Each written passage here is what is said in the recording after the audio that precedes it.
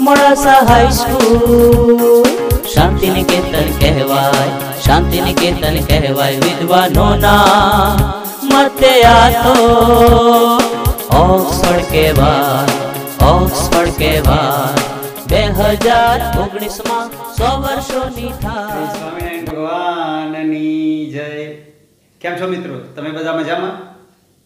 આજે જે શાયરી બોલવાનું છું તે તમારા માતા પિતા અને તમારા માટે છે કે જે તમારા માતા પિતા આવા કોરોનાના કપરા કાળમાં જે તમને તમારો વિકાસ થાય એ માટે સલાહો આપતા હશે અને એટલા જ માટે આ જે શાયરી છે એ તમારા માતા पिता ने समर्पित।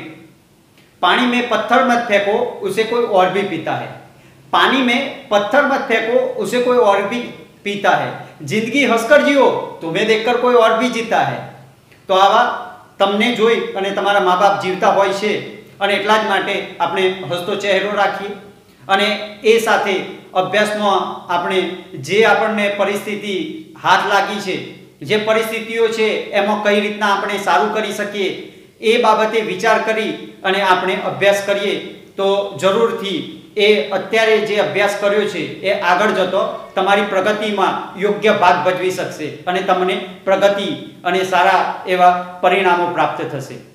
તો એની સાથે આપણે શરૂઆત કરીએ તો હવે આપણે આજે જે પાઠ જોવાના છે એ પાઠ નંબર 15 આર્થિક વિકાસ એના ઉપરનો આ પાઠ છે।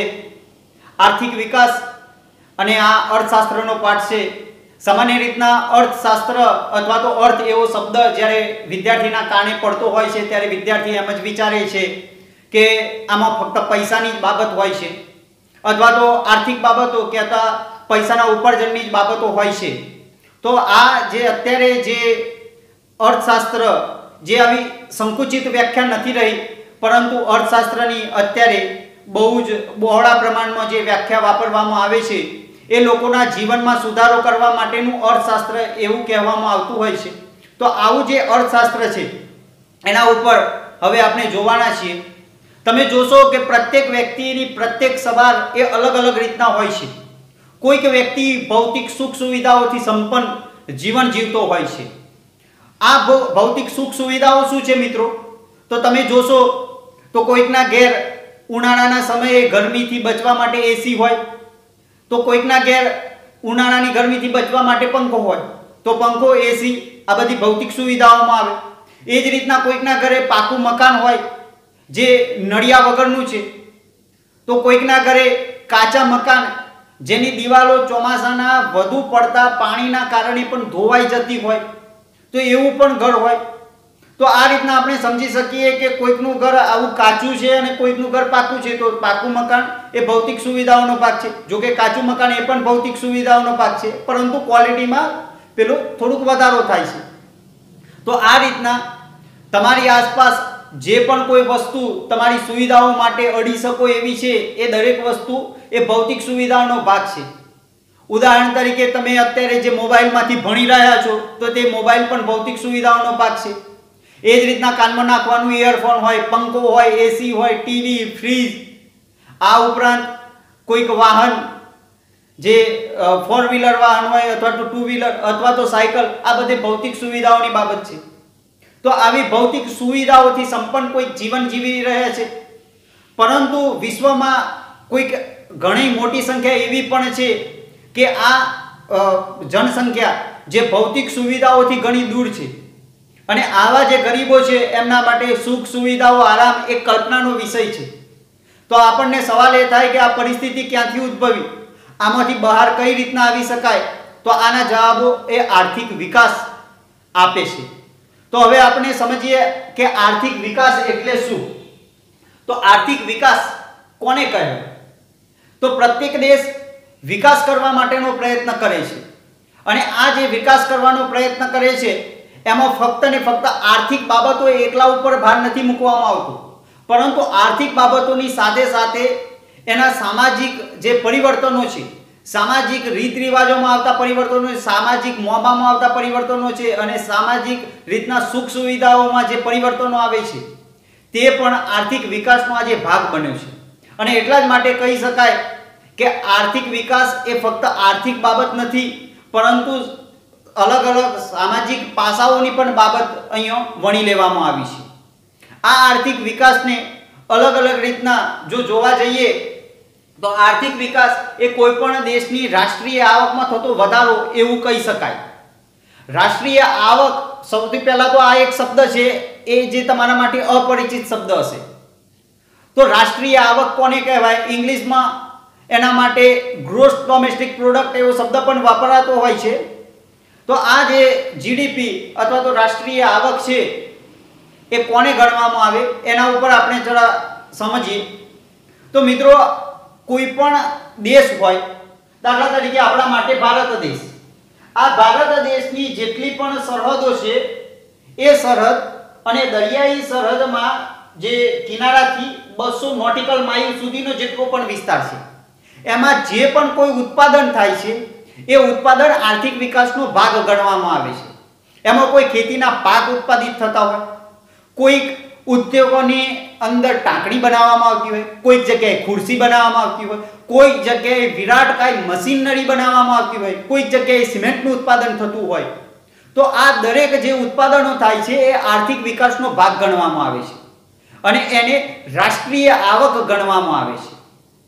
તમે કહેશો કે આ તો કોઈ પ્રાઇવેટ વ્યક્તિ દ્વારા સિમેન્ટનો કોઈ ઉદ્યોગ હોય, તો પણ એ પ્રાઇવેટ વ્યક્તિ છે એ તો ભારત દેશનું છે ને, અને એટલા જ માટે એના દ્વારા જે પણ કોઈ ઉત્પાદન થાય છે એ દરેક બાબત એ રાષ્ટ્રીય આવકમાં જોડવામાં આવે છે. કોઈ શિક્ષક જે ભણાવે છે એ પણ એક રાષ્ટ્રીય આવકનો ભાગ ગણવામાં આવે છે. કોઈ tuition classes, private tuition classes, એ પણ રાષ્ટ્રીય આવકનો ભાગ ગણાય છે, કારણ કે એને સર્વિસ ટેક્સ ચૂકવવો પડતો હોય છે સરકારને. એ જ રીતના કોઈક વકીલ કેસ લડે છે, એ પોતાના મોકીલ જોડેથી પૈસા પ્રાપ્ત કરે છે અને એ પૈસા સર્વિસ ટેક્સ રૂપે અમુક થોડોક ભાગ એ સરકારમાં સર્વિસ ટેક્સ રૂપે જમા કરાવવામાં આવે છે. અને એટલા જ માટે વકીલ દ્વારા જે કેસ લડવામાં આવે છે અને જેના પરિણામે એની જે આવક પ્રાપ્ત થાય છે એનો સરવાળો પણ રાષ્ટ્રીય આવકમાં કરવામાં આવે છે. ખેતીમાંથી જે પણ કોઈ ઉત્પાદનો થાય છે, કંઈ કપાસ છે, ઘઉં છે, આ દરેક રાષ્ટ્રીય આવકનો ભાગ ગણવામાં આવે છે. જોકે અહીંયા સ્પષ્ટતા કરી દઉં મિત્રો કે આમાં જે વહેંચવા માટે અથવા તો પૈસા મેળવવા માટે જે કામ કરવામાં નથી આવતું, એટલે કે પૈસાના ઉદ્દેશ્યથી જે કામ કરવામાં નથી આવતું, એ રાષ્ટ્રીય આવકમાં ગણતરીમાં લેવામાં નથી આવતું. ઉદાહરણ તરીકે, જો કોઈ ખેડૂતે ખેતરમાં ઘઉંનું ઉત્પાદન કર્યું છે, પરંતુ એ ઘઉં એ પોતાના ઘરમાં ખાવા માટે જ રાખવાનું છે, માર્કેટમાં વેચવા માટે નથી લઈ જવાનું, તો એ રાષ્ટ્રીય આવકમાં એની ગણતરી નહીં થાય. એ જ રીતના માતા દ્વારા પોતાના સંતાનોને જે શિક્ષણ આપવામાં આવે છે, જે આખો દિવસ કામ કરવામાં આવે છે, જે એની સાર સંભાળ રાખવામાં આવે છે, તો પણ એ રાષ્ટ્રીય આવકનો ભાગ નહીં ગણાય. એ જ રીતના કોઈક ધાર્મિક કાર્યો માટે તમે સેવા આપી હોય, કોઈક જગ્યાએ ભોજન આપ્યું હોય, તો એ પણ રાષ્ટ્રીય આવકનો ભાગ ગણવામાં નહીં આવે. આ સિવાયની જેટલી પણ દેશમાં પ્રવૃત્તિઓ થાય છે, જે આર્થિક ઉપાર્જનની પ્રવૃત્તિઓ છે, એ રાષ્ટ્રીય આવકનો ભાગ ગણવામાં આવતો હોય છે. આ રીતના સમગ્ર જેટલી પણ આવક છે એનું રૂપિયામાં રૂપાંતરિત કરવામાં આવે છે અને એ રીતના જોવામાં આવે છે કે દેશની રાષ્ટ્રીય આવક કેટલી થઈ. રાષ્ટ્રીય આવક વિશે વધુ માહિતી જોઈતી હોય તો વિડીયોને પૉઝ કરી આ લેખ વાંચવો. તો તમે કહેશો કે આપણા આખા દેશની રાષ્ટ્રીય આવક કેટલી થાય છે? તો મિત્રો, અહીંયા તમારા પુસ્તકમાં પણ લખવામાં આવ્યું છે 2015-16ના ભાવ પ્રમાણે જો જોવા જઈએ તો 2011-12માં દેશની રાષ્ટ્રીય આવક 87,36,039 રૂપિયા, 87,36,039 કરોડ રૂપિયા એ દેશની રાષ્ટ્રીય આવક હતી. આ જે આંકડો છે એ નીચે સ્ક્રીનમાં તમે જોઈ શકો છો. લાખ કરોડ એ રીતના બોલવામાં આવે છે, એટલે કે 87,36,039 કરોડ રૂપિયા એ દેશની રાષ્ટ્રીય આવક હતી 2011-12. એ જ રાષ્ટ્રીય આવક જો 15-16ના ભાવ પ્રમાણે જોવા જઈએ તો એમાં વધારો થાય છે અને જે 87 લાખ કરોડ હતી એમાંથી વધી અને 135,67,192 કરોડ રૂપિયા એ દેશની રાષ્ટ્રીય આવક થઈ। તો આ રીતના આવકમાં વધારો થયો એનો મતલબ એ થયો કે દેશ એ વિકાસ કરી રહ્યો છે અને આ રીતના રાષ્ટ્રીય આવક એક અગત્યનું પાસું અહીંયા ગણવામાં આવે છે। અહીંયા તમે એક બાબત બીજી પણ નોંધી હશે કે 15-16 ના ભાવ પ્રમાણે આવો શબ્દ અંદર ઉલ્લેખાયો। તો આ ભાવ 15-16 નો ભાવ કેમ ગણવામાં આવ્યો? જો 2011-12 ની રાષ્ટ્રીય આવક જોઈ છે તો એમાં 15-16 નો ભાવ કેમ લેવામાં આવ્યો? તો મિત્રો અહીંયા થોડીક બાબત સમજીએ કે જો એક વર્ષ અને બીજું વર્ષ એ બંને વચ્ચે તુલના કરવી હોય કે આવકમાં વધારો થયો કે ઘટાડો, તો કોઈ એક વર્ષના ભાવ પ્રમાણે બીજી વસ્તુનો ભાવ ગણવામાં આવે તો જ શક્ય છે। ઉદાહરણ આપું, ઉદાહરણ તરીકે કર્ણાટકની અંદર જે ખાણ છે એની અંદરથી સોનું પેદા કરવામાં આવે છે, સોના ખાણો હોય છે એનો ફિલ્ટર કરી અને સોનું બનાવવામાં આવે છે। તો આ જે સોનું તૈયાર થાય છે એ સોનાનું ઉત્પાદન કેટલું થયું? તો સમજો ઉદાહરણ છે આ કે એ વખતે 1 ટન સોનું ઉત્પાદિત થયું અને 2011-12 માં 1 ટન સોનું ઉત્પાદિત થયું, 2015-16 પણ 1 ટન જ સોનું ઉત્પાદિત થયું। પરંતુ 2011-12 માં સોનાનો ભાવ એ 25,000 રૂપિયા હતો, ઉદાહરણ છે કે 25,000 હતો અને હાલ 15-16 માં એ જ ભાવ જો 50,000 રૂપિયા થઈ ગયો તો સોનું તો ઉત્પાદિત એટલું જ થયું છે, પરંતુ ભાવ વધારાના કારણે જ્યારે રાષ્ટ્રીય આવકમાં રૂપિયામાં એને કન્વર્ટ કરવામાં આવે તો જો અલગ અલગ વર્ષના ભાવ જો ગણતરીમાં લેવામાં આવે તો આ રીતના નાણાંના અવમૂલ્યન અથવા તો નાણાંનો જે ભાવ વધારો છે એ અંદર સામેલ થઈ જાય, જેથી કરીને દેશની રાષ્ટ્રીય આવક કેટલી થઈ છે એનો ખ્યાલ ના આવી શકે। અને એટલા જ માટે કોઈ એક વર્ષનો ભાવ એ ગણવામાં આવે છે અને એટલા જ માટે 15-16 ના ભાવ પ્રમાણે એવું લખવામાં આવ્યું હોય તો 15-16 માં જે પ્રમાણે ભાવ હશે એ પ્રમાણે 11-12 માં જેટલી પણ વસ્તુઓનું ઉત્પાદન થયા હશે એ બધાનું ટોટલ ગણી અને પછી એ ભાવ લગાવવામાં આવ્યો છે। અને 15-16 નો જ્યારે વર્ષ હોય ત્યારે પણ અને આ જે ભાવ ગણવામાં આવે છે જેને ઇંગ્લિશમાં બેઝ યર તરીકે ઓળખવામાં આવે છે। આ બેઝ યર એવું જ નક્કી કરવામાં આવે છે કે જે વર્ષે સૌથી વધારે કોઈ હોનારતો ના સર્જાઈ હોય, કુદરતી આપત્તિઓ ના આવી હોય, દુષ્કાળ, ભૂકંપ જેવી વિનાશક પરિસ્થિતિઓ ના આવી હોય, કોઈક બાહ્ય આક્રમણો ના થયા હોય અને એક સામાન્ય વર્ષ રહ્યું હોય, એવા વર્ષને જ બેઝ યર તરીકે નક્કી કરવામાં આવે છે। અને એનો મતલબ એવો થયો કે 2020-21 નું વર્ષ એ ક્યારે પણ બેઝ યર તરીકે નહીં લે અર્થશાસ્ત્રમાં। કેમ? કારણ કે આ વર્ષે કોરોનાના કારણે આખા વિશ્વની અંદર ઉત્પાદનમાં ઘટાડો થયો છે અને આવી કુદરતી આપત્તિઓ વાળું જો કોઈ વર્ષ હોય તો એને બેઝ યર તરીકે લેવામાં નથી આવતું। તો આ રીતના આપણે આ બાબત સમજ્યા રાષ્ટ્રીય આવક કોને કહેવાય। તો અહીંયા આપણે જે આર્થિક વિકાસમાં આપણે જોઈ રહ્યા છીએ તો આર્થિક વિકાસમાં જે આર્થિક વિકાસ પ્રાપ્ત થાય છે એ માટે કયા કયા પાસાઓ? તો સૌથી પહેલું પાસું કે દેશની રાષ્ટ્રીય આવકમાં વધારો થવો એ આર્થિક વિકાસનું એક લક્ષણ છે। બીજું, માથાદીઠ આવકમાં પણ વધારો થવો। દેશની માથાદીઠ આવકમાં જો વધારો થાય છે તેને પણ આર્થિક વિકાસ ગણવામાં આવે છે। હવે તમે કહેશો કે માથાદીઠ આવક કઈ રીતના ગણવી? તો દેશની રાષ્ટ્રીય આવક જે કાઢવામાં આવી છે એના ભાગ્યામાં દેશની કુલ જનસંખ્યા ગણી લેવામાં આવે અને દેશની કુલ જનસંખ્યા રાષ્ટ્રીય આવક ભાગ્યા દેશની કુલ જનસંખ્યા એમ ગણવામાં આવે અને જે જવાબ મળે એને માથાદીઠ આવક તરીકે ગણવામાં આવે છે। તો આ રીતના આ દેશની માથાદીઠ આવક શોધવામાં આવે છે। એટલે કે માથાદીઠ આવકમાં જેમ વધારો થાય છે એમ દેશનો વિકાસ થઈ રહ્યો છે એવું ગણવામાં આવે છે। અને આના ઉપરથી ખબર પડે કે જે દેશની જનસંખ્યા ઓછી હોય અને દેશનું ઉત્પાદન વધુ થતું હોય તો એના પરિણામે એમની માથાદીઠ આવક ઊંચી જાય છે।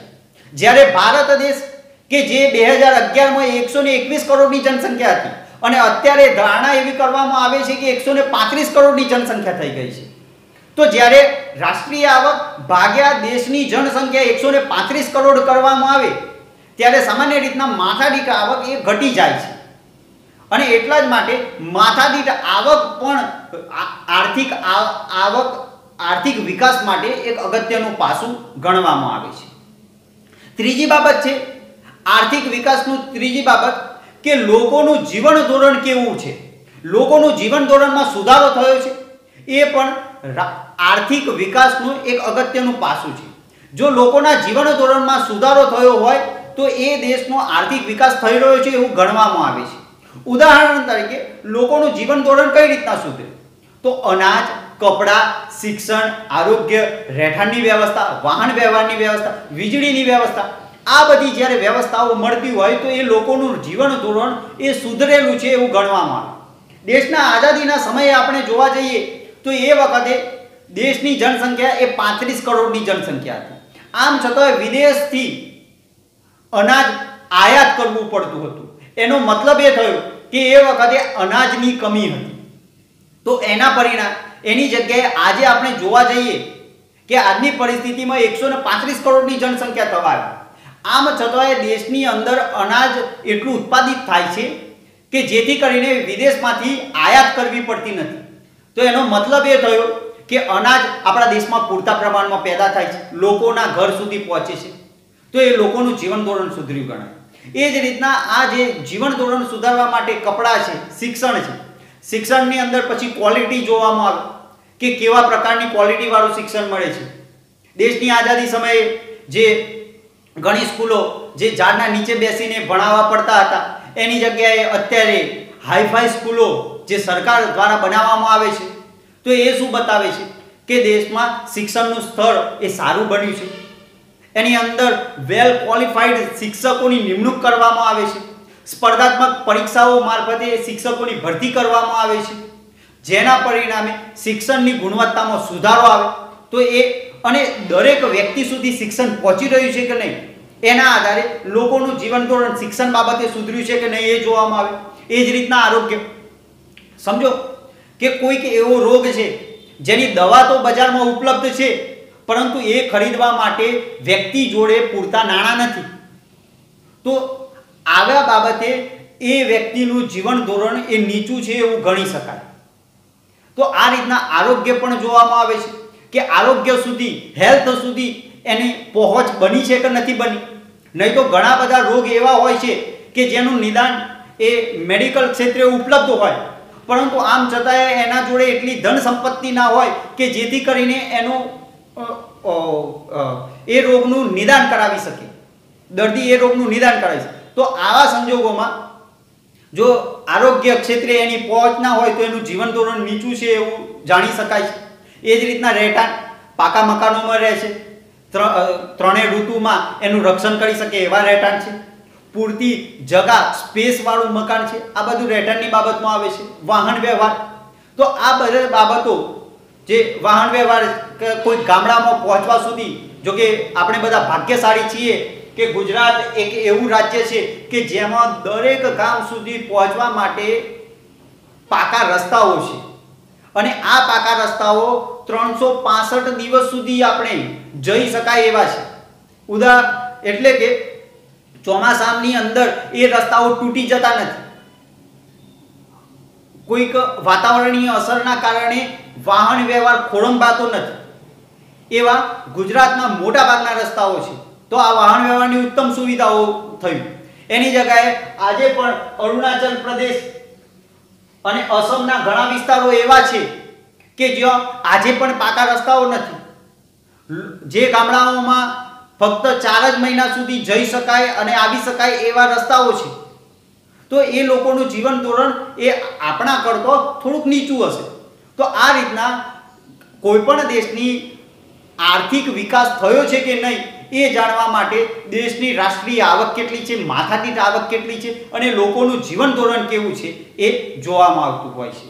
આ રીતના આ મુદ્દો થયો આર્થિક વિકાસ. હવે આગળના મુદ્દામાં જોઈએ તો આર્થિક વિકાસ અને આર્થિક વૃદ્ધિ વચ્ચે શું તફાવત છે. તો આર્થિક વિકાસ અને આર્થિક વૃદ્ધિ શબ્દો બંને આમ એકબીજાના સમાનાર્થી હોય એવા લાગે છે, પરંતુ અર્થશાસ્ત્રમાં આનો ઘણો જ તફાવત જોવા મળે છે.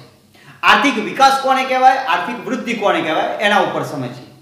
તો વિકાસની પ્રક્રિયાના આધારે જો જોવા જઈએ તો આર્થિક વિકાસ એ ગુણાત્મક પાસું છે જે આર્થિક વૃદ્ધિ એ પરિમાણાત્મક પાસું છે. હવે ગુણાત્મક અને પરિમાણાત્મકનો શું મતલબ થાય? તો ઇંગ્લિશ શબ્દ તમે સાંભળ્યા હશે કે આર્થિક વિકાસ ગુણાત્મક પાસું છે, એટલે કે ક્વોલિટીની બાબત છે, જ્યારે આર્થિક વૃદ્ધિ એ ક્વોન્ટિટીની બાબત છે. હવે ક્વોલિટી અને ક્વોન્ટિટી એટલે કે કોઈક બાબતની ક્વોલિટીમાં સુધારો થાય એટલે કે આર્થિક વિકાસ થાય, એ પછી આર્થિક વૃદ્ધિ થાય એટલે કે ક્વોન્ટિટીમાં વધારો થાય, એવું આપણે કહી શકીએ. અને એટલા જ માટે આપણા પુસ્તકમાં પણ ઉલ્લેખ કર્યો છે કે આર્થિક વિકાસ એ વિકાસનું પ્રથમ ચરણ છે, પ્રથમ અવસ્થા છે, અને પછીની અવસ્થા એ આર્થિક વૃદ્ધિની છે. ઉદાહરણ તરીકે કે ગુજરાતની અંદર 2000 પહેલા બહુ જ ઓછી નહેરો હતી, તો આ નહેરોનું પ્રમાણ ઓછું હતું એ વખતે, એટલે કે નહેરો ઓછી હતી, વિદ્યુત 24 કલાકની નહોતી, ખેતરમાં જે વિદ્યુત પહોંચવું જોઈએ એ અનિશ્ચિત હતું. તો આવા સંજોગોમાં ક્વોલિટી ડાઉન હતી એવું કહી શકાય. તો આવું જ્યારે ક્વોલિટી ઓછી હતી, આમ તો સારી જ હતી અન્ય દેશના અન્ય ભાગો કરતાં, પરંતુ આમ છતાંય એની ક્વોલિટી જે હતી એના કરતાં આજની તારીખમાં આપણે જોવા જઈએ તો સૌની યોજના, સુજલામ સુફલામ યોજના, આ બધા મારફતે ઘણી બધી નહેરો કાઢવામાં આવી, એટલે કે ખેડૂતને પાણી સુધી પહોંચવા માટે યોગ્ય ક્વોલિટીવાળું વાતાવરણ ઉપલબ્ધ થયું. તો આવી ક્વોલિટી બની, એના પરિણામે શું થયું કે જે ખેડૂત ફક્ત વર્ષનો એક જ પાક ચોમાસાનો લઈ શકતો હતો, એ અત્યારે 3 સિઝન પાક લે છે. ચોમાસાનો વરસાદના આધારે અને શિયાળો અને ઉનાળો કેનાલમાં આવતા પાણીના આધારે પાક લઈ શકે છે.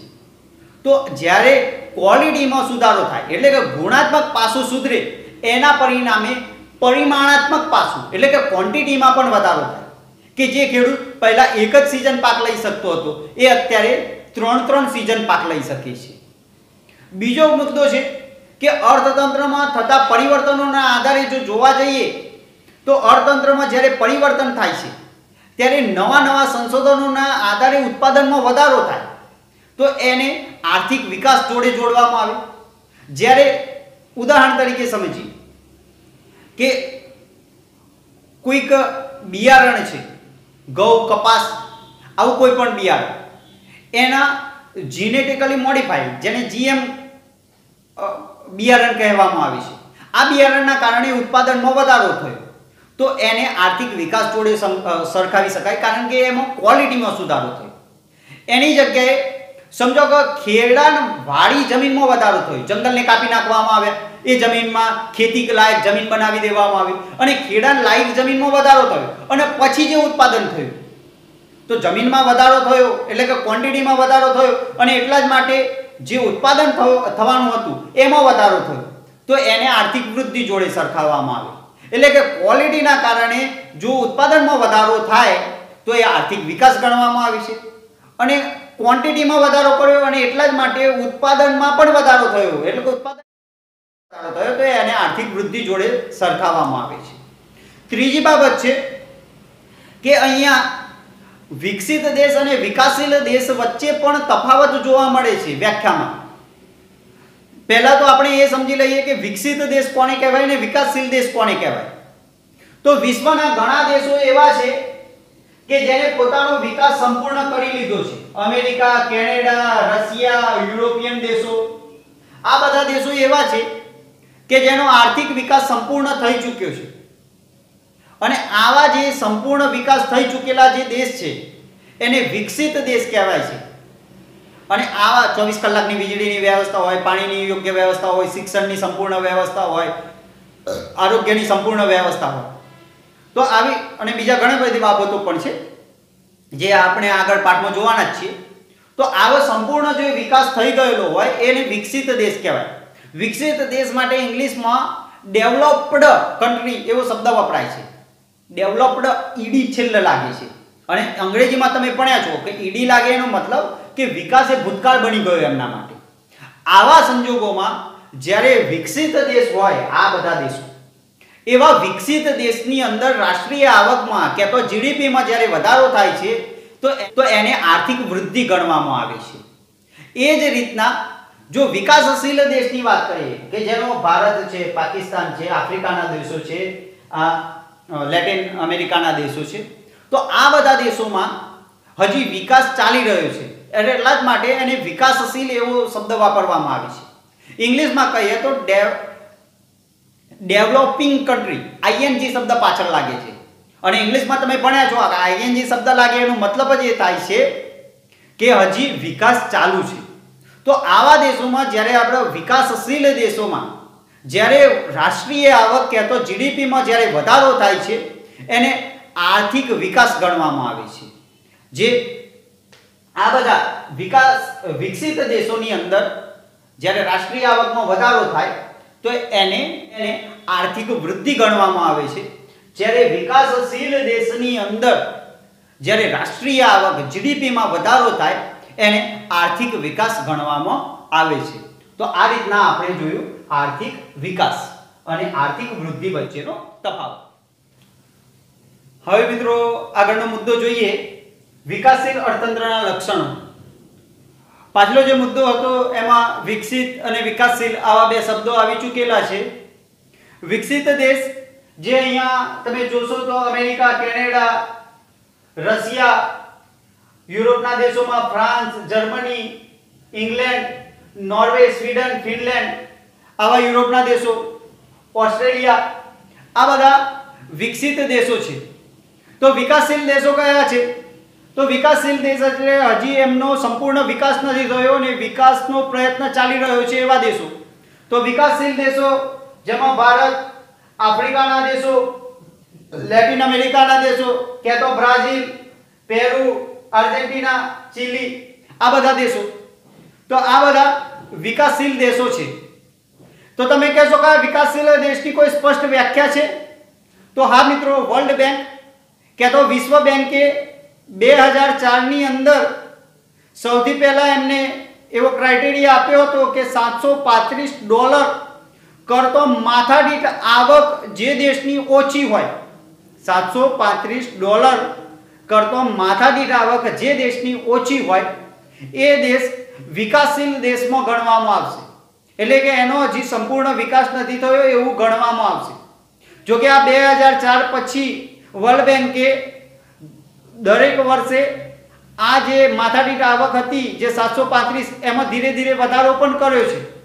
પરંતુ આપણા પુસ્તકમાં 2004 ની લખી છે તો એ આપણે યાદ રાખીશું. તો આ રીતના વિકાસશીલ દેશનું મુખ્ય લક્ષણ તો માથાદીઠ આવકના આધારે બહાર પાડવામાં આવ્યું, પણ અન્ય લક્ષણો છે. તો હા મિત્રો, ટોટલ 9 અલગ અલગ પ્રકારના જે લક્ષણો છે એ લક્ષણો ઉપર આપણે ભણવાના છીએ. તો આ 9 લક્ષણો છે, કોઈએ એવું નથી વિચારી લેવાનું કે આ દરેક લક્ષણ એ અહીંયા સાહેબે બતાવ્યા એ દેશોમાં હોય જ. અમુક લક્ષણ એ ભારતમાં લાગુ પડતું હોય, અમુક લક્ષણ ના પણ લાગુ પડતું હોય. પરંતુ વિકાસશીલ દેશ માટે અર્થતંત્રમાં જે લક્ષણો સંબોધવામાં આવ્યા છે, જે લક્ષણો બતાવવામાં આવ્યા છે એ અહીંયા પુસ્તકમાં લખવામાં આવ્યા છે, જેથી કરીને આપણને ખબર પડે કે વિકાસશીલ દેશ કોને ગણવું. તો એવા લક્ષણો ઉપર સૌથી પહેલા લક્ષણ ઉપર જોઈએ તો નીચી માથાદીઠ આવક. વર્લ્ડ બેંકે જે ક્રાઇટેરિયા આપ્યો હતો, જે માપદંડ આપ્યો હતો એ જ માપદંડ નીચી માથાદીઠ આવક હોય છે. આનું સૌથી મોટું કારણ શું છે? તો દેશનું રાષ્ટ્રીય ઉત્પાદન, દેશની રાષ્ટ્રીય આવક, જેને આપણે જીડીપી તરીકે પણ ઓળખીએ છીએ, ગ્રોસ ડોમેસ્ટિક પ્રોડક્ટ તરીકે. તો આવી રાષ્ટ્રીય આવક એ નીચી હોય છે, જ્યારે વસ્તીનો દર બહુ જ વધારે હોય છે. અને આપણે પાછલો જે મુદ્દો ભણ્યા એમાં ભણી ચૂક્યા છે કે માથાદીઠ આવક કાઢવા માટે ભાગાકાર કરવામાં આવે શાના જોડે? તો રાષ્ટ્રીય આવક ભાગ્યા દેશની કુલ જનસંખ્યા.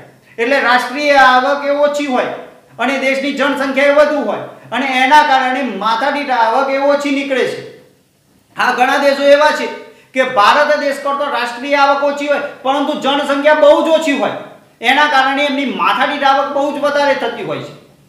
તમારી સમજણ માટે આપણા દેશની માથાદીઠ આવક 2015માં કેટલી હતી, 2014માં કેટલી હતી એનો એક ચાર્ટ જે આપણા પુસ્તકમાં પાઠ નંબર 19માં આપેલો છે. તો એ ચાર્ટ અહીંયા રજૂ કરું છું. આ ચાર્ટ તમે જોશો તો તમને ખ્યાલ આવશે કે આ બાજુ દેશના નામ લખ્યા છે અને સૌથી જે છેલ્લી લાઈન આ બાજુની જે લાઈન છે એની અંદર દેશની માથાદીઠ આવક કેટલી છે લખવામાં આવ્યું છે. તો નોર્વે જેની માથાદીઠ આવક તમે જોશો તો 64,952 રૂપિયા એમની માથાદીઠ આવક છે. નોર્વે અહીંયા આવેલો છે, સ્વીડન નોર્વે. આ જે નોર્વે છે એ વિકસિત દેશમાં ગણવામાં આવે છે. તો એની માથાદીઠ આવક જે 64,992 કે અથવા 65,000 જેટલી છે. અને ભારત દેશની માથાદીઠ આવક જોશો તો 5,497 રૂપિયા છે, જે આપણા પાઠ્યપુસ્તકમાં પાઠ નંબર 19 માં જ આપેલો છે આ ચાર્ટ. તો એના પરથી ખબર પડે છે કે ભારત દેશના લોકોની માથાદીઠ આવક કેટલી ઓછી છે. કોઈક દેશની 40,000, 50,000, 55,000 આવી માથાદીઠ આવક હોય છે. એની જગ્યાએ ભારત દેશની માથાદીઠ આવક 5,497 રૂપિયા 2014 માં હતી, વ્યક્તિ દીઠ માથાદીઠ આવક. તો એના પરથી ખ્યાલ આવે કે વિકાસશીલ દેશ એટલે કે જેની માથાદીઠ આવક એ ઓછી હોય છે. તો આ રીતના થયું માથાદીઠ આવક. બીજું વિકાસશીલ દેશનું બીજું કોઈ લક્ષણ હોય તો વસ્તી વૃદ્ધિ. તમે કહેશો વસ્તી વૃદ્ધિ કઈ રીતના કાઢવામાં આવે છે? તો વસ્તી વૃદ્ધિ માટે 2011 ની વસ્તી ગણતરીમાં જે લક્ષણ કહેવામાં આવેલું એ લક્ષણની વાત કરીએ તો દેશમાં જે વ્યક્તિઓ મૃત્યુ પામ્યા છે અને જે વ્યક્તિઓ જન્મ્યા છે આ બંને વચ્ચેના તફાવતને વસ્તી વૃદ્ધિમાં જોવામાં આવે છે. ઉદાહરણ તરીકે કોઈક વિસ્તારમાં 40 વ્યક્તિઓના મરણ થયા હોય અને 60 વ્યક્તિઓના જન્મ થયા, 60 બાળકોના જન્મ થયા હોય, તો અહીંયા 60 જે વ્યક્તિઓ જન્મ્યા છે 60 માઇનસ એ વિસ્તારના મૃત્યુ પામેલાની સંખ્યા 40. તો 60 માઇનસ 40 કરવામાં આવે તો જવાબ આવે 20. તો એ વિસ્તારમાં 20 નો વસ્તી વૃદ્ધિ થયું એવું ગણવામાં આવે છે. તો એ રીતના જો વસ્તી વૃદ્ધિની વાત કરીએ તો વિકાસશીલ દેશમાં મુખ્યત્વે 2% કરતો વધુ વસ્તી વૃદ્ધિ જોવા મળે છે. મિત્રો 2011 ની જો વસ્તી ગણતરીની વાત કરીએ તો વાર્ષિક ભારત દેશનો વસ્તી વૃદ્ધિ દર એ 1.7 રહ્યો હતો, પરંતુ 1931 થી લઈ અને 2001 સુધીની વસ્તી ગણતરીમાંથી કોઈ પણ વસ્તી ગણતરી તમે જોશો તો ભારત દેશમાં વસ્તી વૃદ્ધિનો દર વાર્ષિક 2% થી વધુ રહ્યો હતો, 2.7% જેટલો પણ રહ્યો હતો. તો આટલો ઊંચો વસ્તી વૃદ્ધિ દર એ પણ વિકાસશીલ દેશના લક્ષણો છે. અને તમે જોશો તો જે દેશો મુખ્યત્વે વધુ વસ્તીવાળા દેશો છે એ દેશોની માથાદીઠ આવક ઓટોમેટિક ઘટી જતી હોય છે. તો વિકાસશીલ દેશનું આ પણ એક લક્ષણ છે કે વસ્તી વૃદ્ધિ વધુ જોવા મળે છે.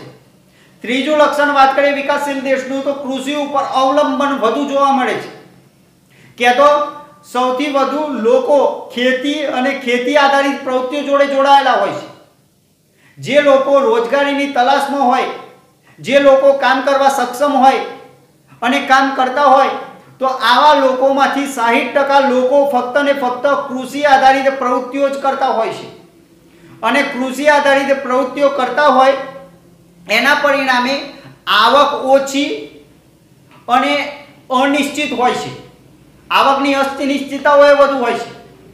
તમે મિત્રો આસપાસમાં કોઈ ખેડૂત હોય અથવા તો તમારા માતા પિતા જો ખેતી કરતા હોય તો એના પરથી પણ તમે અંદાજ લગાવી શકો છો કે કૃષિ એક એવો વ્યવસાય છે કે જેમાં અનિશ્ચિતતા વધુ છે. વરસાદની જરૂર હોય ત્યારે કાં તો વરસાદ ના આવે અને વરસાદની જરૂર ના હોય ત્યારે વરસાદ પડે, પાકની બગડી જાય, આવા સંજોગો ઊભા થાય છે. ઘણી વખતે તીડ અથવા તો જીવાત વધુ પ્રમાણમાં પડી જાય, એના કારણે પણ પાક નિષ્ફળ જતા હોય છે. તો આવી અનિશ્ચિતતા વાળો વ્યવસાય કરનારાઓની સંખ્યા એ વિકાસશીલ દેશમાં વધુ જોવા મળે છે. અને આ જે વિકાસશીલ દેશની રાષ્ટ્રીય આવક છે એમાં 25% હિસ્સો આ કૃષિ પર આધારિત પ્રવૃત્તિ કરનાર આવકનો હોય છે. અને એટલા માટે આવી આવકની અનિશ્ચિતતાઓ પણ વધુ હોય છે. તો આ રીતના ત્રીજો મુદ્દો થયો કૃષિ ક્ષેત્રે અવલંબન. ચોથા મુદ્દાની વાત કરીએ તો આવકની વહેંચણીની અસમાનતાઓ જોવા મળે છે. ભારત દેશની અંદર તમે જોશો અથવા તો વિશ્વમાં વિકાસશીલ દેશોમાં જોશો તો જે આવક અને ઉત્પાદનના સાધનોની વહેંચણી અસમાન જોવા મળે છે. આ પણ એક વિકાસશીલ દેશનું એક લક્ષણ છે. તમે કહેશો આવક એટલે ખબર પડી કે જે પૈસા આવવાના હોય, જે ધન સંપત્તિ ભેગી થવાની હોય એ વહેંચણી અસમાન, પરંતુ ઉત્પાદનના સાધનો, તો ઉત્પાદનના સાધનો ઉપર આ જ પાઠમાં આપણે આગળ ભણવાના છીએ. ઉત્પાદનના સાધન એટલે જમીન, કારણ કે કોઈ પણ ઉદ્યોગ સ્થાપવો હોય તો જમીન જોઈએ, અથવા તો ખેતી કરવી હોય તો જમીન જોઈએ. તો ઉત્પાદનનું એક સાધન જમીન થઈ, બીજું શ્રમ, ત્રીજું મૂડી, ચોથું નિયોજક. તો આવા જે મુખ્ય 4 સાધનો છે ઉત્પાદનના, એ સાધનોની પણ વહેંચણી અસમાન જોવા મળે છે. એટલે કે જે અમીર વર્ગ છે એના જોડે જમીન, શ્રમ, મૂડી આ બધાનું કેન્દ્રીકરણ થયેલું હોય છે, આવકનું કેન્દ્રીકરણ થયું હોય છે, એમના જોડે સંપત્તિ વધારે કેન્દ્રિત થઈ છે.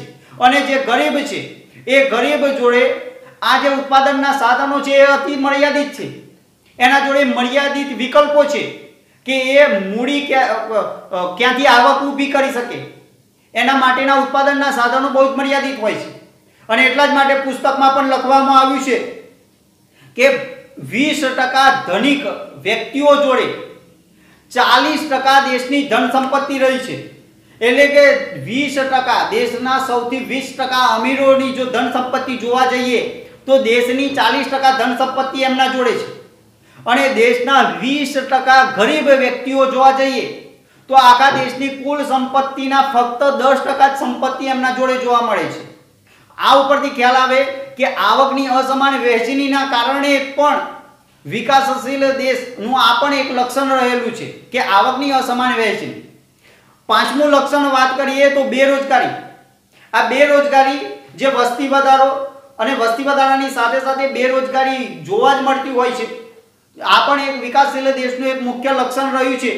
જેમાં વ્યક્તિ કામ કરવા માંગતો હોય, કામ કરવા માટે તૈયાર હોય, આમ છતાંય એને યોગ્ય કામ મળતું નથી.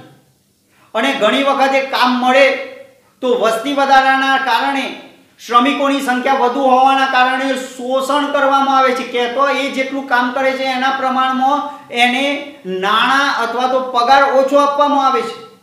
ભારત દેશ અથવા તો વિકાસશીલ દેશની વાત કરીએ તો કુલ શ્રમિકોના 3% બેરોજગાર જોવા મળે છે કે જે કામ કરવા માંગે છે છતાંય કામ મળતું નથી, એવી સંખ્યા 3% જોવા મળે છે.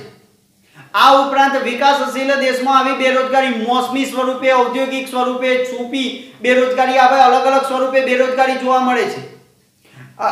આ બેરોજગારીના અલગ અલગ પ્રકારો એ પાઠ નંબર 17માં જે ગરીબી અને બેરોજગારી ઉપરનો પાઠ છે એમાં તમે વિસ્તૃતમાં ભણવાના જ છો કે મોસમી બેરોજગારી એટલે ચોમાસા વખતે જે નિંદામણના બધી કામગીરી હોય તો એ માટે જે મજૂરિયાત વર્ગ છે એને રોજગારી મળી જાય, અને પછી ચોમાસું પૂર્ણ થાય, ખેતીના પાક લેવાના ના હોય તો એ વખતે એમને રોજગારી પ્રાપ્ત થતી નથી, તો આને મોસમી બેરોજગારી કહેવાય. એ જ રીતના છુપી બેરોજગારી. છુપી બેરોજગારી એટલે એવી બેરોજગારી કે જેની અંદર વ્યક્તિ કામ કરતો હોય પરંતુ ઉત્પાદનમાં વધારો ના થતો હોય.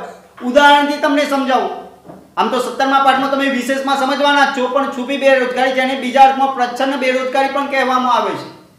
એટલે કે કોઈ ખેડૂત છે, આ વર્ષે એને ખેતીનો પાક લીધો જેમાં 7 વ્યક્તિઓએ મહેનત કરી અને ઘઉંનું ઉત્પાદન કર્યું. એ 1000 કિલો ઘઉં પેદા થયા. 7 વ્યક્તિઓએ મહેનત કરી, 1000 કિલો ઘઉં પેદા થયા. બીજા વર્ષે 7 વ્યક્તિઓમાંથી 2 એમના બાળકો હતા, એ કોઈક અન્ય જગ્યાએ કામમાં લાગી ગયા અને એટલા માટે ખેતીમાં 2 વ્યક્તિઓ ઓછા, એટલે કે 5 વ્યક્તિઓએ કામ કર્યું અને ખેતીમાં પેદા થયું 1000 કિલો ઘઉં. પહેલા પણ 1000 કિલો ઘઉં પેદા થયા, આ વખતે પણ 1000 કિલો ઘઉં પેદા થયા. તો એનો મતલબ શું થયો કે જે 2 વ્યક્તિઓ કામ કરતા હતા એ 2 વ્યક્તિઓના કામ કરવાથી ઉત્પાદનમાં કોઈ ફેર નથી પડ્યો. તો આ 2 વ્યક્તિઓ એ છુપા બેરોજગાર ગણવામાં આવે છે.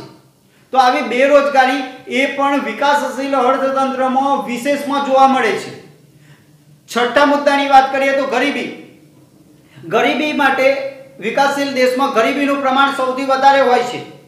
એમ કહેવાય છે કે દેશની કુલ જનસંખ્યા હોય એના 3જા ભાગના લોકો, ક્યાં તો 33% લોકો એ ગરીબીમાં સબળતા હોય છે. જેમને પ્રાથમિક જરૂરિયાત છે એ અપૂર્ણ રહેતી હોય છે. આ પ્રાથમિક જરૂરિયાતો કઈ કઈ છે તો પુસ્તકમાં લખવામાં આવ્યું છે એમ અનાજ, રહેઠાણ, શિક્ષણ, આરોગ્ય, આ બધી પ્રાથમિક જરૂરિયાતો છે. અને આ જરૂરિયાતો પૂરતા પ્રમાણમાં મળે તો જ એ વ્યક્તિનો વિકાસ થાય અને દેશનો પણ વિકાસ થાય. તમે કહેશો અનાજ મળવાથી કઈ રીતના, તો કુપોષણ દૂર થશે. કુપોષણ દૂર થશે એના બુદ્ધિનો વિકાસ થશે. એ જ રીતના રહેઠાણ, જો એને સંરક્ષણ યુક્ત વાતાવરણ હશે તો એનો જે લોજિકલી પાવર છે એ પણ સારો વિકસશે, દેશમાં કોઈને કોઈ રીતના એ મદદરૂપ થશે, શિક્ષણ પ્રાપ્ત કરશે. તો તમે સમજી શકો છો કે જે અભણ વ્યક્તિ છે એ ઉદ્યોગ અથવા તો કોઈક ધંધો કરશે એમાં જેટલો ફાયદો કરશે એના કરતાં શિક્ષણમાં વધારે ફાયદો, શિક્ષિત વ્યક્તિ જ્યારે કોઈ ઉદ્યોગ કરશે તો એમાં વધારે ફાયદો થઈ શકશે. એ જ રીતના આરોગ્ય જેનું સારું હશે એ પણ દેશના વિકાસમાં યોગ્ય રીતના મદદરૂપ થઈ શકશે. તો આ રીતના જે ગરીબ છે, જેને પ્રાથમિક જરૂરિયાતો પૂર્ણ નથી થઈ, આવું લક્ષણ પણ વિકાસશીલ દેશમાં વિશેષમાં જોવા મળતું હોય છે. 7મા મુદ્દાની વાત કરીએ તો દ્વિમુખી અર્થતંત્ર જોવા મળે છે. વિકાસશીલ દેશમાં ગ્રામ્ય વિસ્તાર છે ત્યાં એક અલગ પ્રકારનું વાતાવરણ જોવા મળે, પછાત ખેત પદ્ધતિ જોવા મળે, જૂની પુરાણી યંત્ર સામગ્રી જોવા મળે છે, રૂઢિચુસ્ત સામાજિક માળખું જોવા મળે છે, ઓછું ઉત્પાદન જોવા મળે છે. તો આ ગ્રામ્ય વિસ્તારની વાત થઈ, જેમાં પછાત ખેત પદ્ધતિમાં તમે જોશો તો આજે પણ ખેડૂત છે એ પંપ ખભે ભરવી અથવા તો કોઈક ઢોળ ઉપર ભરવી અને દવા છાંટતો હોય. આ જૂની પુરાણી પદ્ધતિ થઈ. એની જગ્યાએ વિદેશની અંદર પ્લેન મારફતે દવા છાંટવામાં આવતી હોય છે, પેસ્ટિસાઇડ દવાઓ. તો આ ભારત જે ગ્રામ્ય વિસ્તાર છે, જે વિકાસશીલ દેશ છે, ત્યાં આવી પછાત ખેત પદ્ધતિ જોવા મળે છે, જૂની પુરાણી યંત્ર સામગ્રી, રૂઢિચુસ્ત સમાજ વ્યવસ્થા, આ બધું જોવા મળે છે. તમે કહો છો રૂઢિચુસ્ત સમાજ વ્યવસ્થામાં તો ઘણી વખતે અલગ અલગ પ્રસંગોએ વ્યક્તિને જમણવાર કરવા પડતા હોય છે, અને આ જ્યારે જમણવાર કરવામાં આવે ત્યારે આખા જીવનની જે મૂડી છે એમાં વપરાઈ જતી હોય છે. આ જ જો રૂઢિચુસ્ત સમાજ વ્યવસ્થા ના હોત તો એ જે ધન સંપત્તિ હતી એ શિક્ષણ પાછળ ખર્ચી શક્યો હોત, એનો કોઈ ઉદ્યોગ સ્થાપવા માટે અથવા તો કોઈ વ્યવસાય કરવા માટે ખર્ચ્યો હોત તો એનાથી દેશને પણ ફાયદો થતો ને એ વ્યક્તિને પણ ફાયદો થતો. તો આવી દ્વિમુખી વ્યવસ્થામાં ગ્રામ્ય વિસ્તારમાં આવી પરિસ્થિતિ જોવા મળે છે. તો શહેરી વિસ્તારની વાત કરીએ તો ત્યાં આખું અલગ જ દ્રશ્ય જોવા મળે છે કે જ્યાં શહેરી વિસ્તારમાં આધુનિક ઉદ્યોગો, નવીન ઉત્પાદન પદ્ધતિ, આધુનિક યંત્રો અને વૈભવી જીવનશૈલી જોવા મળે છે. જે ગ્રામ્ય વિસ્તારમાં દારૂણ ગરીબી છે એની જગ્યાએ શહેરી વિસ્તારમાં વૈભવી જીવનશૈલી જોવા મળે છે કે એક વ્યક્તિ જે દિવસનો ખર્ચ કરે છે, જે પેટ્રોલ પાછળ, ઘરના રાચરચીલા પાછળ, જે ઘરનો વિદ્યુતનો ખર્ચ, એના મોજ શોખનો ખર્ચ, એ જેટલો ખર્ચ કરે છે વૈભવી વ્યક્તિઓ, એ એક દિવસના ખર્ચમાં તો જે ગરીબ વ્યક્તિ છે એને આખા વર્ષનો ખર્ચ નીકળી જાય એટલો ખર્ચ કરતો હોય છે. તો આવી દ્વિમુખી અર્થતંત્ર એ પણ એક વિકાસશીલ દેશમાં જોવા મળે છે. 8મા મુદ્દાની વાત કરીએ તો પાયાની અપર્યાપ્ત સેવાઓ. પાયાની અપર્યાપ્ત સેવાઓ એટલે કે જે મુખ્ય સેવાઓ જે આગળ આપણે ભણવાના જ છીએ કે પ્રાથમિક ક્ષેત્ર, માધ્યમિક ક્ષેત્ર અને સેવા ક્ષેત્ર. તો સેવા ક્ષેત્ર કે તો અહીંયા પાયાની અમુક અપર્યાપ્ત વ્યવસ્થાઓ જે વિકાસશીલ દેશમાં જોવા મળે છે. દાખલા તરીકે શિક્ષણ, વાહન વ્યવહાર, સંદેશા વ્યવહાર, વીજળી, આરોગ્ય, બેન્કિંગ, આ ક્ષેત્ર નબળું હોય છે. જો કે ભારત દેશનું બેન્કિંગ ક્ષેત્ર અત્યારે મજબૂત થઈ ચૂક્યું છે, પરંતુ કહેવાનો મતલબ એ છે કે આ વિકાસશીલ દેશના લક્ષણોમાં આ જે સેવા ક્ષેત્ર છે, પાયાની જે સેવાઓ છે અપર્યાપ્ત હોય છે. એના કારણે જે બીજા ઉદ્યોગોમાં મદદરૂપ થવું જોઈએ, જે બીજા ઉદ્યોગોમાં એક પ્રકારે પીઠબળ સાબિત થાય એ નથી થઈ શકતું. શિક્ષણ ક્ષેત્ર નબળું હોય એના પરિણામે જે લોકોમાં ઇન્ટેલેક્ચ્યુઅલ પાવર હોવો જોઈએ, જે દેશમાં નવા ઉદ્યોગો સ્થાપી શકે, જે ગૂગલ જેની સ્થાપના બહાર થઈ એવી કંપની આપણે ભારત દેશમાં ના સ્થાપી શક્યા હોત. એ જ રીતના ફેસબુક બહારની કંપની છે, ટિકટોક જે ચાઇનાની કંપની હતી. તો જો ભારત દેશના લોકો જો આવું શિક્ષણ સારામાં સારા પ્રમાણમાં પ્રાપ્ત કરે તો આવી કંપનીઓ ભારત દેશમાં પણ સ્થપાય. એમેઝોન જે અમેરિકાની કંપની છે એવી ભારત દેશમાં સ્થપાઈ શકી હોત. તો આવું શિક્ષણ ક્ષેત્ર મજબૂત થાય. વાહન વ્યવહાર ક્ષેત્ર, જે વિકાસશીલ દેશનો વાહન વ્યવહાર તંત્ર નબળું હોય છે, એની જગ્યાએ વિકસિત દેશ હોય તો ત્યાં વાહન વ્યવહાર ક્ષેત્ર અતિશય મજબૂત હોય છે. એ જ રીતના સંદેશા વ્યવહાર ક્ષેત્ર, તમે સંદેશા વ્યવહારનો મતલબ એવો ના કાઢતા કે ટપાલ વ્યવસ્થાની વાત કરવામાં આવી છે. સંદેશા વ્યવહારમાં મોબાઈલ, ઇન્ટરનેટ આ બધાનો પણ સમાવેશ થઈ જાય. તો આવું સંદેશા વ્યવહાર તંત્ર એ વિકાસશીલ દેશમાં નબળું હોય છે. જો કે તમે એક સારા વિસ્તારમાં રહો છો એટલા જ માટે મોબાઈલ મારફતે આજે લોકડાઉનના સમયમાં પણ ભણી શકો છો, પરંતુ વિકાસશીલ દેશમાં આવું સંદેશા વ્યવહાર તંત્ર નબળું હોય છે. અને જે દેશમાં તમે વિચારી શકો કે લોકડાઉન હોય અને સંદેશા વ્યવહાર તંત્ર નબળું હોય તો એ દેશના બાળકો અત્યારે જે રીતના સારી રીતના ભણી શકાય છે એ રીતના ના ભણી શકાય. એ જ રીતના વીજળી, તમે કહેશો વીજળીથી શું ફાયદો?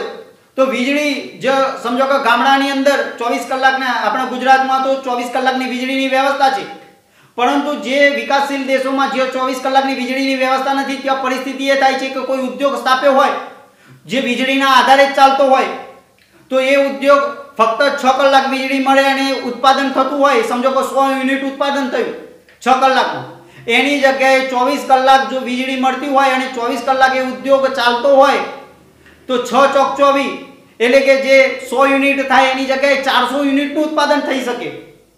કહેવાનો મતલબ એ છે કે વીજળી એ પણ એક પાયાની સેવાઓમાં ગણતરીમાં લેવામાં આવે છે. એ જ રીતના આરોગ્ય, બેન્કિંગ ક્ષેત્ર, તો આવા જે પાયાના જે સેવાઓ છે, શિક્ષણ, વાહન વ્યવહાર, સંદેશા વ્યવહાર, વીજળી, આરોગ્ય, બેન્કિંગ, આ બધું ક્ષેત્ર એ વિકાસશીલ દેશમાં નબળું હોય છે.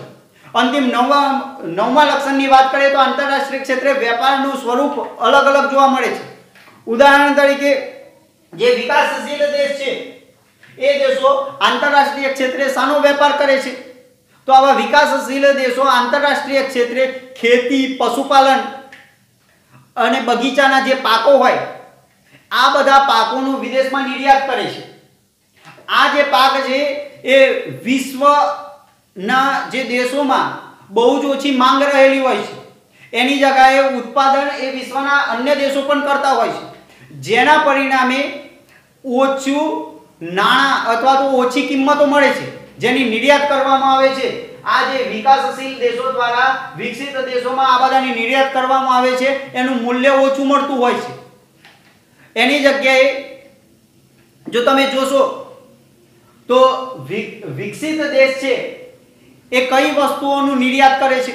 તો વિકસિત દેશ છે એ નિર્યાત કરે છે ઉન્નત પ્રકારના યંત્રો, ઉન્નત પ્રકારની ટેકનોલોજી, અને એટલે આ બધા દેશો જે વિકસિત દેશો નિર્યાત કરે છે એ વિકાસશીલ દેશો પોતાના દેશમાં આયાત કરે છે. જે વિકાસશીલ દેશ જે ખેતી, પશુપાલન ઉપરાંત ખોદકામ મારફતે જે રો મટીરિયલ નીકળે છે, જે ઉદ્યોગોનો કાચો માલ નીકળે છે, એ સસ્તા ભાવે વિદેશમાં નિર્યાત કરે છે, અને એ જ તૈયાર થયેલો માલ પાછો ભારત દેશમાં ઊંચા ભાવે વેચાય છે. કે કાચું લોખંડ છે એ વિદેશમાં નિર્યાત થાય અને તૈયાર થયેલો માલ ભારતમાં આવે. અંગ્રેજોના સમયે પણ આ જ પરિસ્થિતિ હતી કે જે ભારત દેશમાંથી જે કપાસ છે એ વિદેશમાં નિર્યાત થાય અને ત્યાં જે કાપડ તૈયાર થાય એ પાછું ભારત દેશમાં આયાત થાય, એટલે કે તૈયાર વસ્તુઓની આયાત કરવામાં આવે. અને એટલા જ માટે જ્યારે વિદેશમાં નિર્યાત થાય છે એ સસ્તા ભાવે થાય છે અને વિદેશમાંથી આયાત થાય એ મોંઘા ભાવે થાય છે. તો આવો આંતરરાષ્ટ્રીય ક્ષેત્રે પણ વિકાસશીલ દેશ અને વિકસિત દેશ વચ્ચે તફાવત જોવા મળતા હોય છે. આ રીતના વિકાસશીલ દેશના ટોટલ 9 લક્ષણો આપણે જોયા. મિત્રો, અત્યાર સુધી આપણે આ જે 9 લક્ષણ જોયા એ વિકાસશીલ દેશના લક્ષણો છે. ભારત દેશ પણ વિકાસશીલ દેશ છે અને એટલા જ માટે આ 9 લક્ષણમાંથી કોઈને કોઈ લક્ષણો, મોટાભાગના લક્ષણો એ આપણા દેશને પણ લાગુ પડતા જ હોય છે. એવું જરૂરી નથી કે દરેક લક્ષણ લાગુ પડે, પરંતુ ભારત દેશ પણ વિકાસશીલ દેશ છે એટલે અમુક લક્ષણો ભારત દેશને પણ લાગુ પડતા હોય છે. આ રીતના આપણે આ મુદ્દો પૂર્ણ થાય છે.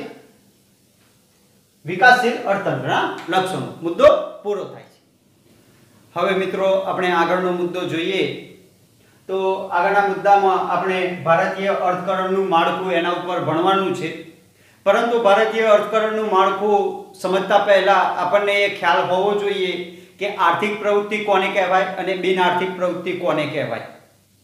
સામાન્ય રીતના આપણે કોઈ પણ વ્યક્તિ જોડે વ્યવહાર કરીએ છીએ તો એ વ્યવહાર આર્થિક પ્રવૃત્તિના સંદર્ભમાં હોય અથવા તો એ વ્યવહાર બિન આર્થિક પ્રવૃત્તિના સંદર્ભમાં હોય. ઉદાહરણ તરીકે તમારી માતા તમારા માટે જમવાનું બનાવે છે, તમારી સાર સંભાળ રાખે છે, તો આ એક વ્યવહાર થયો. એ જ રીતના રક્ષાબંધનના દિવસે તમારી બહેન તમારા હાથમાં રાખડી બાંધશે તો આ પણ એક વ્યવહાર થયો.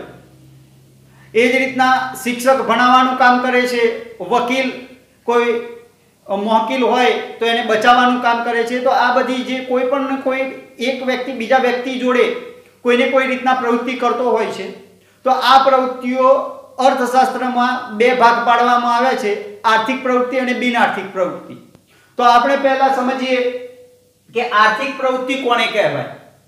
તો આર્થિક પ્રવૃત્તિ જે આપણા પુસ્તકમાં ઉલ્લેખ કર્યો છે તે પ્રમાણે આવક મેળવવાના કે ખર્ચ કરવાના ઈરાદાથી જે પ્રવૃત્તિ કરવામાં આવતી હોય એ પ્રવૃત્તિને આર્થિક પ્રવૃત્તિ કહેવામાં આવે છે. આર્થિક પ્રવૃત્તિમાં આપણે ઉદાહરણ તરીકે જોઈએ, ખેડૂત જે ખેતી કરે છે અને માર્કેટમાં એનો વેપારીને એ ખેતીનો પાક, ધાન્ય પાક હોય, રોકડિયા પાક હોય તો એ વેચે છે, તો એ આર્થિક પ્રવૃત્તિનો પાક થયો. એ જ રીતના શિક્ષક છે, એ શિક્ષક ભણાવવાનું કામ કરે છે તો એ પણ એક આર્થિક પ્રવૃત્તિનો ભાગ થયો.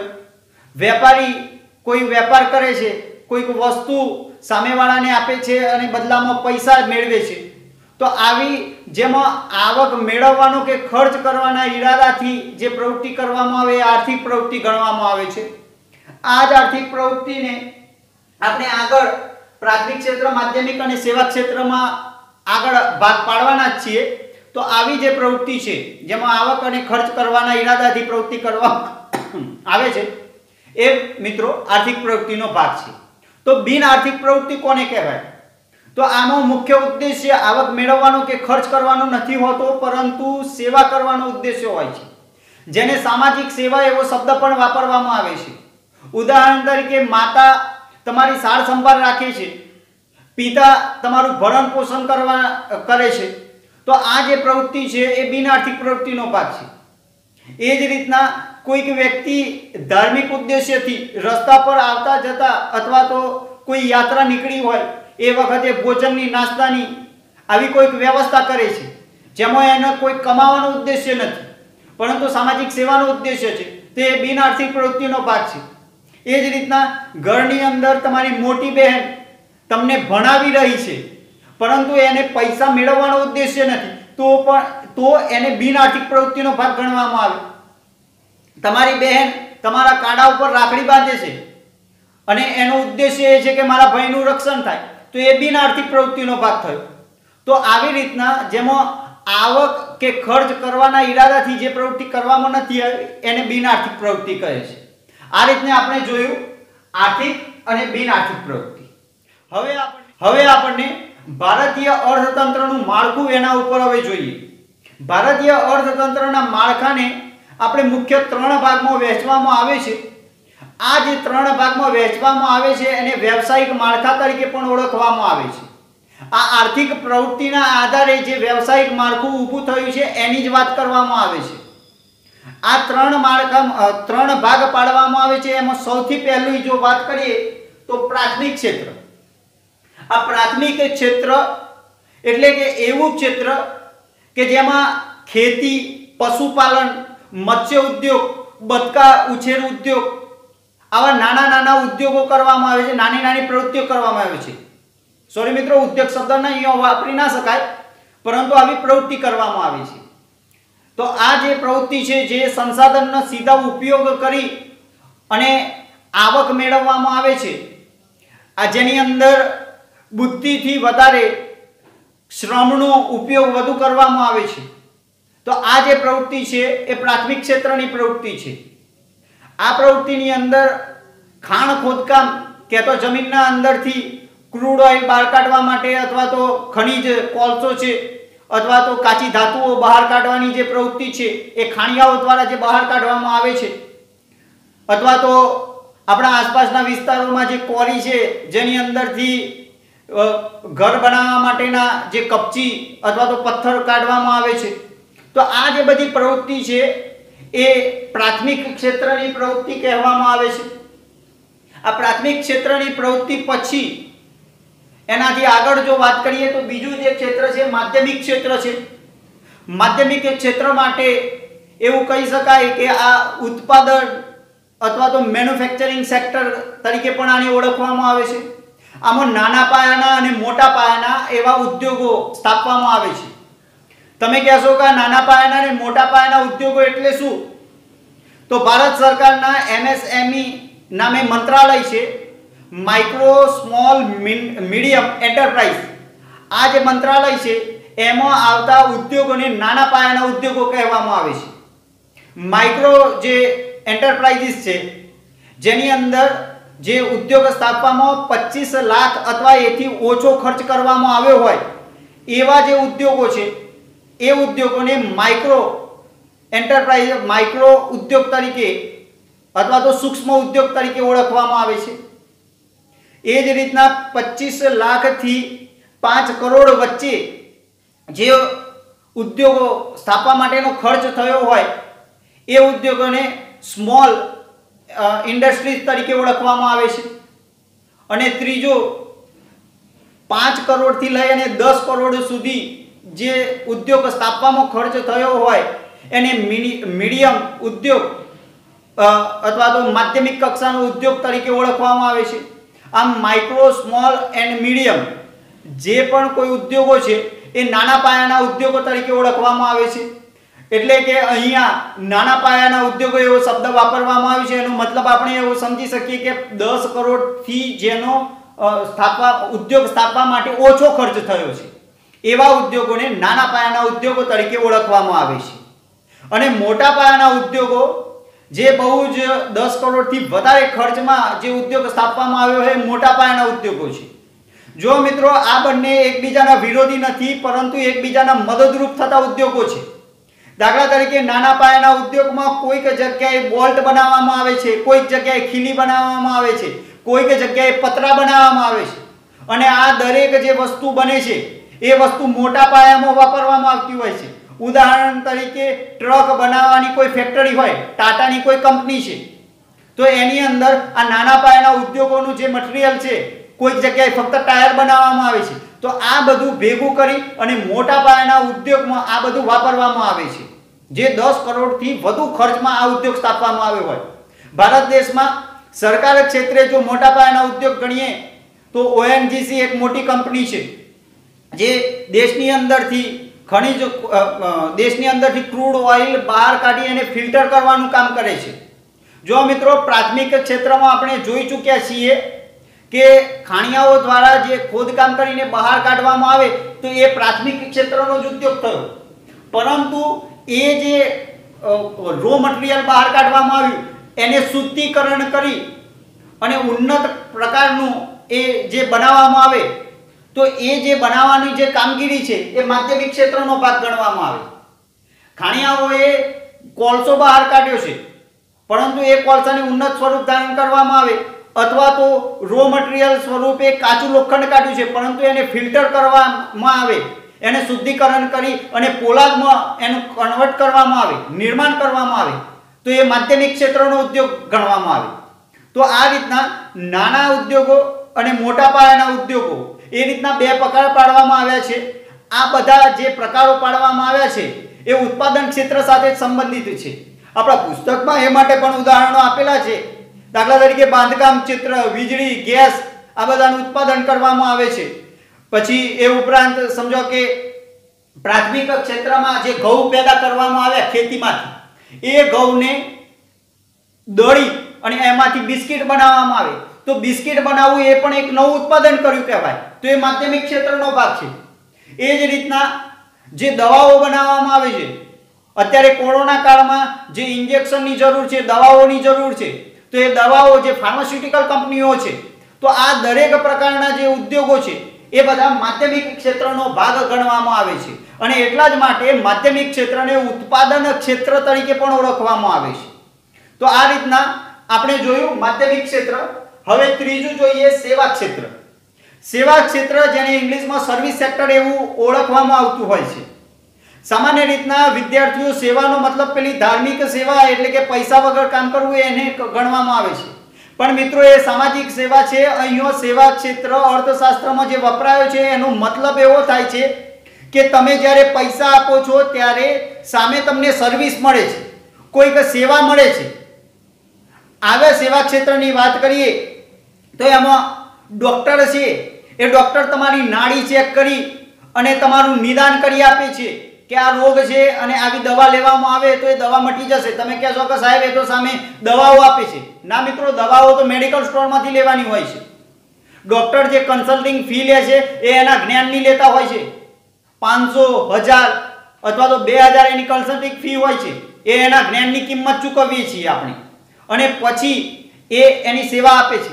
એ જ રીતના વકીલનું ક્ષેત્ર છે કે વકીલ જ્યારે કોઈક પૈસા આપે ત્યારે એ વ્યક્તિ નિર્દોષ છે એવું કોર્ટમાં એ સાબિત કરે છે, કારણ કે એને કાયદાનું જ્ઞાન છે અને જે વ્યક્તિ પર આરોપ લાગ્યો છે એને કાયદાનું જ્ઞાન નથી.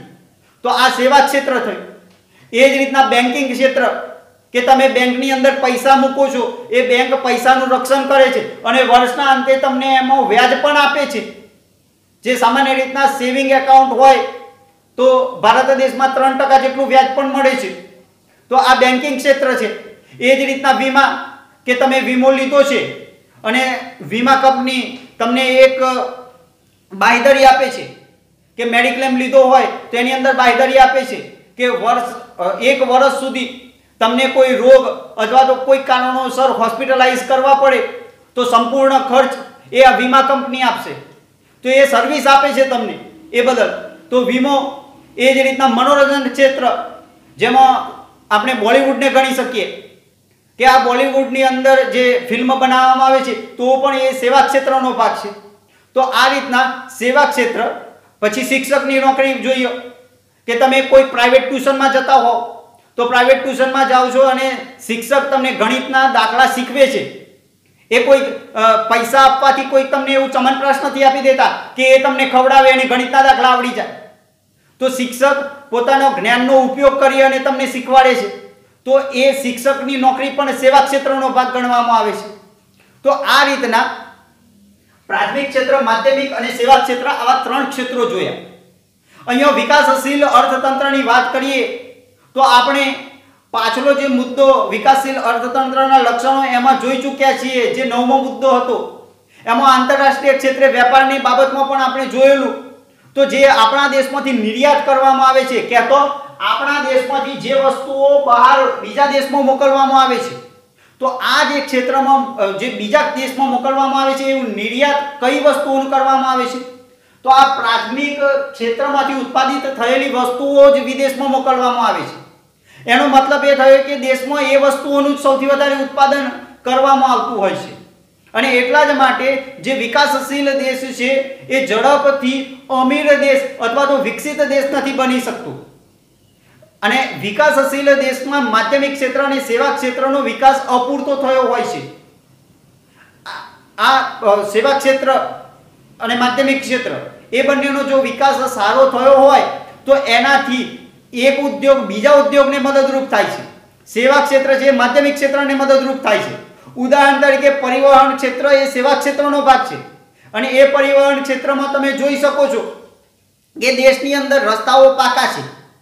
દેશની અંદર જો રેલવે લાઇન યોગ્ય પ્રમાણમાં કામ કરે છે તો એનાથી થાય છે શું કે એક વિસ્તારમાં કોઈ વસ્તુ પેદા થાય છે તો બીજા વિસ્તારમાં એ આસાનીથી પહોંચાડી શકાય છે. એ બગડી જતી નથી. જે ખેતીનો પાક છે તે બગડી નહીં જાય જો રસ્તાઓ કમ્પ્લીટ હશે તો. અને રસ્તાઓ જો ઉબડ ખાબડ હશે તો કોઈ પણ દેશમાં કોઈ પણ ખૂણામાં કોઈ વસ્તુ પાકી છે, કોઈ ખેતીનું ઉત્પાદન થયું છે તો એ ઉત્પાદન એ રસ્તા ખાડા ખડબચડાવાળા રસ્તામાં કૂદીને એ વસ્તુ એમને એમ બગડી જશે. અને એટલા જ માટે સામાન્ય રીતના આપણે જોઈએ છે કે અમેરિકાથી આવેલા જે સફરજન છે એની ઉપર ડાઘ પણ નથી પડેલા હોતા અને કાશ્મીરથી આવતા સફરજનમાં ડાઘ જોવા મળે છે. જોકે હાલ હવે નવી પરિસ્થિતિમાં આ બધા રસ્તાઓ અને એ બધું ભારત સરકાર દ્વારા સુધારવામાં આવ્યું છે અને ભારત દેશની અંદર ઉત્પાદિત થતી વસ્તુ વિદેશમાં નિર્યાત થાય એવા પ્રયત્નો પણ કરવામાં આવ્યા છે. પરંતુ અહીંયા કહેવાનો મતલબ એ છે કે વિકાસશીલ દેશની અંદર જેટલું પ્રાથમિક ક્ષેત્ર વધુ અને વધુ સક્રિય છે, જેટલું વધુ રોજગારી આપે છે, એના કરતાં માધ્યમિક અને સેવા ક્ષેત્રમાં જો રોજગારીમાં વધુ વ્યક્તિઓ જોડાય તો એનાથી વધુ ફાયદો થઈ શકે છે. અને આ જ માધ્યમિક ક્ષેત્ર અને સેવા ક્ષેત્ર જે વિકસિત દેશ છે, અમેરિકા, કેનેડા, રશિયા, યુરોપિયન દેશો, તો આ જે વિકસિત દેશ છે એની અંદર આ માધ્યમિક ક્ષેત્ર અને સેવા ક્ષેત્ર અતિ મજબૂત હોય છે. એની અંદર બેન્કિંગ ક્ષેત્ર બહુ જ મજબૂત હોય છે. હવે બેન્કિંગ ક્ષેત્ર મજબૂત હોય એના કારણે ફાયદો શું થાય? તો જે વ્યક્તિ લોન લઈ અને કોઈ ઉદ્યોગ સ્થાપવા માંગે તો આસાનીથી સ્થાપી શકે છે. જે જગ્યાએ બેન્કિંગ ક્ષેત્ર નબળું છે ત્યાં વ્યક્તિ સાહસ કરી અને કોઈક મોટો ઉદ્યોગ સ્થાપવા માંગે છે તો નથી સ્થાપી શકતો. તો આવું થતું હોય છે. એની જગ્યાએ જો બેન્કિંગ ક્ષેત્ર મજબૂત હોય તો આસાનીથી વ્યક્તિને લોન મળે છે. જેથી કરીને એ ઉત્પાદન ઉદ્યોગમાં એનું યોગદાન આપી શકે છે। અને એટલા જ માટે માધ્યમિક ક્ષેત્ર જ્યારે વધુ મજબૂત થાય તો દેશની અંદરથી વસ્તુઓનું જે નિર્માણ થાય છે, ઉત્પાદન થાય છે, એ વિદેશમાં મોકલી શકાય। અને વિદેશમાં જ્યારે માધ્યમિક ક્ષેત્રની જ્યારે વસ્તુઓ વિદેશમાં જાય ત્યારે એ વસ્તુઓના પરિણામે ભારત દેશમાં આવક આવતી હોય છે, વિદેશી હુંડિયામણમાં વધારો થતો હોય છે। સેવા ક્ષેત્રમાં પણ એવું છે કે અત્યારે ભારત દેશમાં જે સોફ્ટવેર કંપનીઓ છે એ સેવા ક્ષેત્રનો ભાગ ગણવામાં આવે છે। કોઈ પ્રોગ્રામિંગ સેટ કરવાનો હોય, મોબાઈલની અંદર જે અલગ અલગ એપ્લિકેશનો આવે છે તો આ બધું સેવા ક્ષેત્રનો ભાગ ગણવામાં આવે છે, જેની અંદર સોફ્ટવેર બનાવવું, હાર્ડવેર બનાવવામાં આવે, દાખલા તરીકે મોબાઈલ જેને અડી શકો છો, કોમ્પ્યુટર બનાવો તો એ માધ્યમિક ક્ષેત્રનો ભાગ ગણવામાં આવે છે। જ્યારે સેવા ક્ષેત્રમાં જે સોફ્ટવેર બનાવવાનું, તો આવો સોફ્ટવેર ઇન્ડસ્ટ્રી જે બેંગલુરુ કર્ણાટકમાં આવેલું છે શહેર, તો એ બેંગલુરુની અંદર આ સોફ્ટવેર એન્જિનિયર જે પોતાના આખા સંગઠનો બનાવી સોફ્ટવેર તૈયાર કરી અને વિદેશમાં મોકલવામાં આવે છે, જેના પરિણામે ભારત દેશમાં હુંડિયામણ આવે છે। તો કહેવાનો મતલબ એ થાય છે કે જે દેશનું માધ્યમિક ક્ષેત્ર અને સેવા ક્ષેત્ર મજબૂત થાય એ દેશ ઝડપથી વિકાસ કરી શકે છે અને વિકસિત દેશમાં એની સરખામણી કરી શકાય છે। આ ઉપરાંત અહીંયા બીજી પણ બાબત છે કે આ જ માધ્યમિક ક્ષેત્ર મજબૂત થાય એટલા માટે ભારત સરકાર જે 2014માં નવી સરકાર આવી એમને make in India, made in India આવો એક પ્રોજેક્ટ હાથ ધર્યો। આ make in India, made in India શું છે? તો માધ્યમિક ક્ષેત્રને મજબૂત કરવાનો આ પ્રોજેક્ટ છે। અને આ જ માધ્યમિક ક્ષેત્ર જ્યારે મજબૂત થાય છે, make in India, made in India, એટલે કે ભારત દેશમાં અલગ અલગ ઉદ્યોગો સ્થપાય અને આ ઉદ્યોગોમાં જે ઉત્પાદિત વસ્તુઓ છે એ વિદેશમાં નિર્યાત કરી શકાય, જેથી કરીને વિદેશનું હુંડિયામણ ભારતમાં આવી શકે, લોકોને રોજગારીની તકો વધુમાં વધુ પ્રાપ્ત થાય, એકથી વધારે નોકરીની તકો પ્રાપ્ત થાય। આવા માટે make in India, made in India જે પ્રોજેક્ટ બહાર પાડવામાં આવ્યો છે એ માધ્યમિક ક્ષેત્ર કહેતો ઉત્પાદન ક્ષેત્રનો જ એક ભાગ છે, એટલે કે માધ્યમિક ક્ષેત્રને મજબૂત કરવા માટેનો જ આ એક પ્રોજેક્ટ છે। તો આ રીતના આપણે ભારતીય અર્થતંત્રનું માળખું એના ઉપર આપણે જોયું।